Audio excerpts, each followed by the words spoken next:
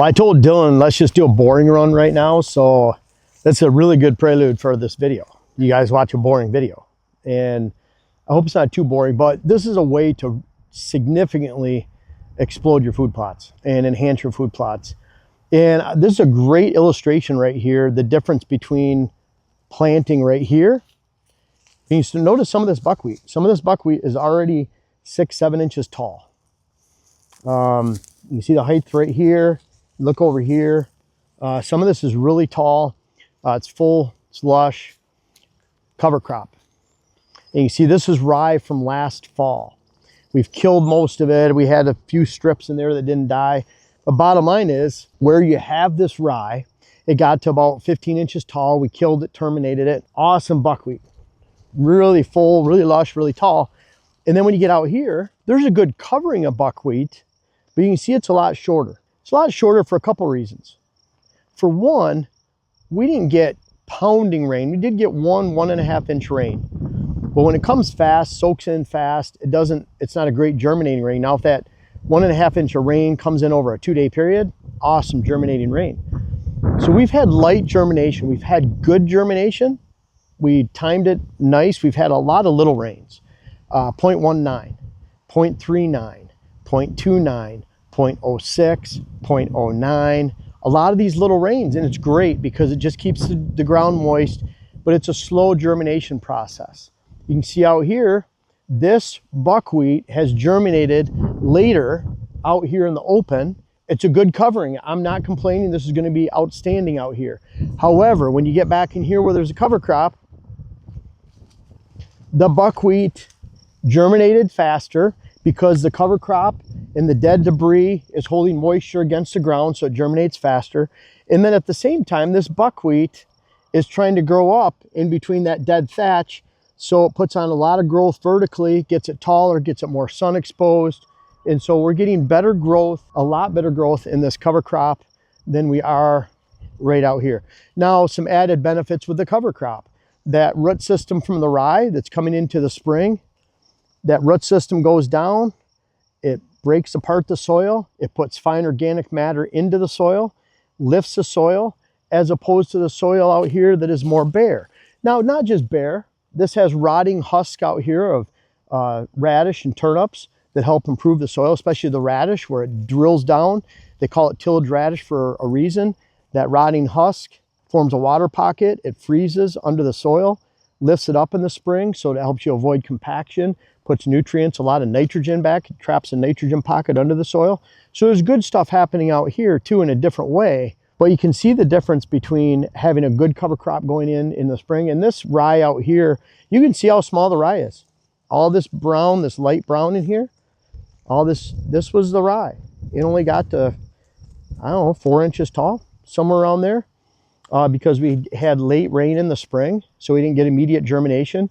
We have a covering of rye, and you can see this debris on here will aid in germination, but not as much as where the rye was from last fall, last year. So those cover crops, we really love those. You know, we're planting the rye in the spring.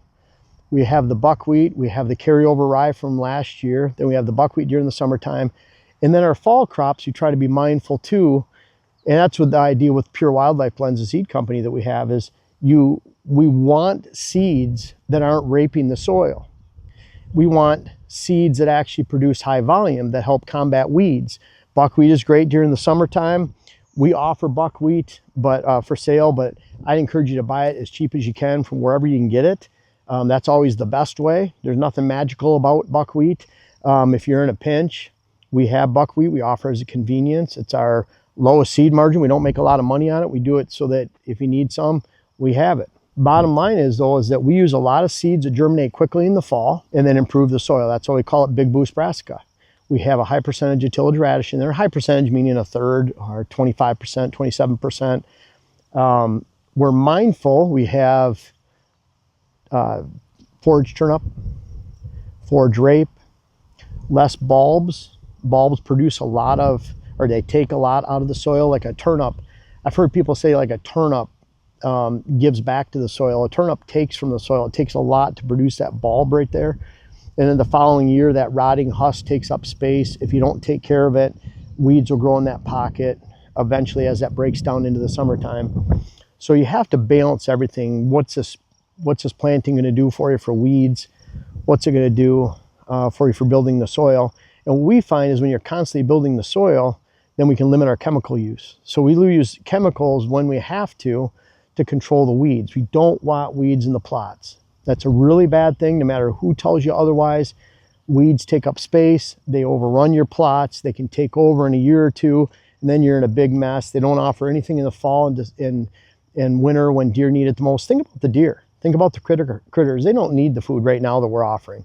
They need it in the fall and winter. If you really want to help the deer, give food to the deer at a time and other critters when the food and cover supplies are shrinking, and that would be fall and winter, not during the summer when it's a time of plenty.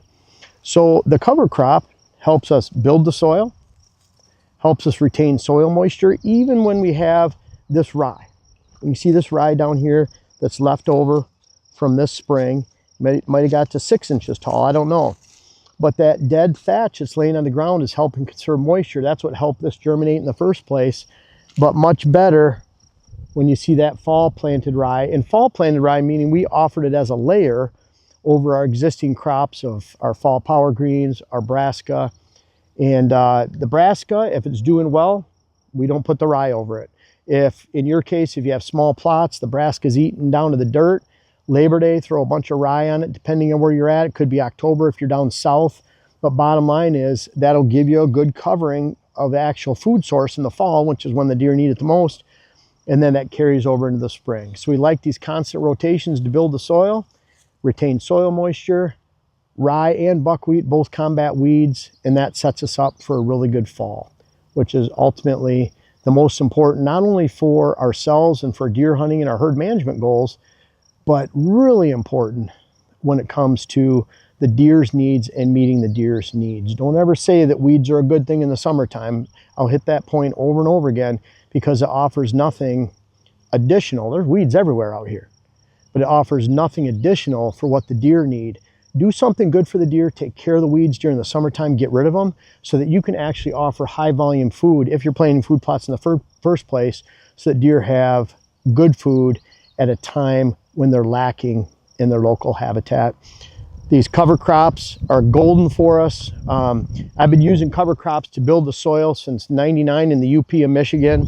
I was taught rye and buckwheat. Jim Isleb, the soil extension agent up in the UP of Michigan at the time, handled the whole UP of the Michigan for ag and soil samples, everything else. He taught me that rye and buckwheat was an old farming way to build the soil on new ag fields. And still to this day, 100 years later or more, it's still just as important. And I urge you, you can look over here. I mean, this is just beautiful, and there's no other difference. Same planting timing, same spraying for how we controlled weeds, killed the rye, killed the weeds out there, killed the young rye over there versus older rye right here. But look at this bounty of buckwheat. Same spread rate, everything.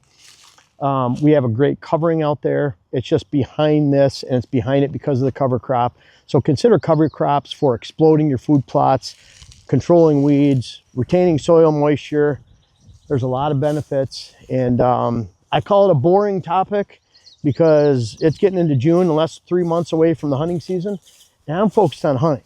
I want to go hunting. We're starting our season off this year in Kentucky on September 6th for their opener, and then we'll hit Wisconsin, Minnesota right after that, just a week, 10 days later, and it's not that far away. So talking food plot stuff, we have a lot of food plot stuff to do, but it is more boring to me, although awesome to partake in the off season. And I hope you enjoy these tips. They can help you enjoy successful food plots going into this fall.